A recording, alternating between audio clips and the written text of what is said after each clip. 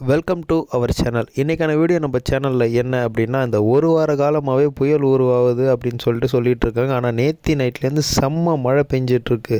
எந்த ஏரியாலன்னு பார்த்துக்கிட்டிங்கன்னா பெருங்குளத்தூரில் தான். ஸோ பெருங்குளத்தூர் பக்கத்தில் பெருங்கரணையில் தான் செம்ம மழை பெஞ்சிட்ருக்கு. நான் என்ன பண்ணேன், 2 பாத்திரத்தை எடுத்துகிட்டு போய் மேலே வச்சுட்டு அந்த தண்ணியை பிடிக்கலாம். அதாவது மழை தண்ணி, நான் எந்த பைப் லைன்லேயும் பிடிக்கல, டைரெக்டாக மழை தண்ணி பிடிச்சிட்ருக்கேன்.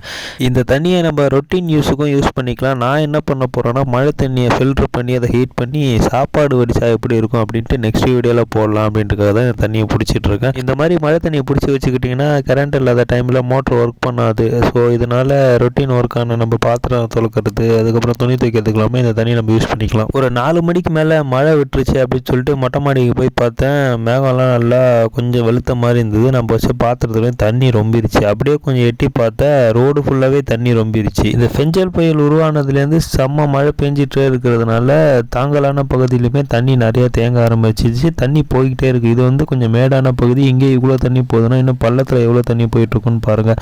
அடுத்தடுத்த வீடியோவில் பெருங்குளத்தூரில் எங்கெங்கெல்லாம் தண்ணி இதாகுதுன்னு சொல்லிட்டு நான் உங்களுக்கு காட்டுறேன். ஸோ நெக்ஸ்ட் வீடியோவில் பேர்க்கங்கரணை, அதாவது பெருங்குளத்தூரில் பேர்க்கங்கரணை பகுதியில் எங்கெல்லாம் தண்ணி அதிகமாக இருக்குது, எந்தெந்த ஏரியிலேருந்து தண்ணி லீக் ஆகுது அப்படின்னு சொல்லிட்டு நான் உங்களுக்கு வீடியோவில் காட்டுறேன். அதுக்காக நம்ம சேனலை சப்ஸ்கிரைப் பண்ணி வச்சுக்கோங்க. நெக்ஸ்ட் வீடியோவில் பார்க்கலாம்.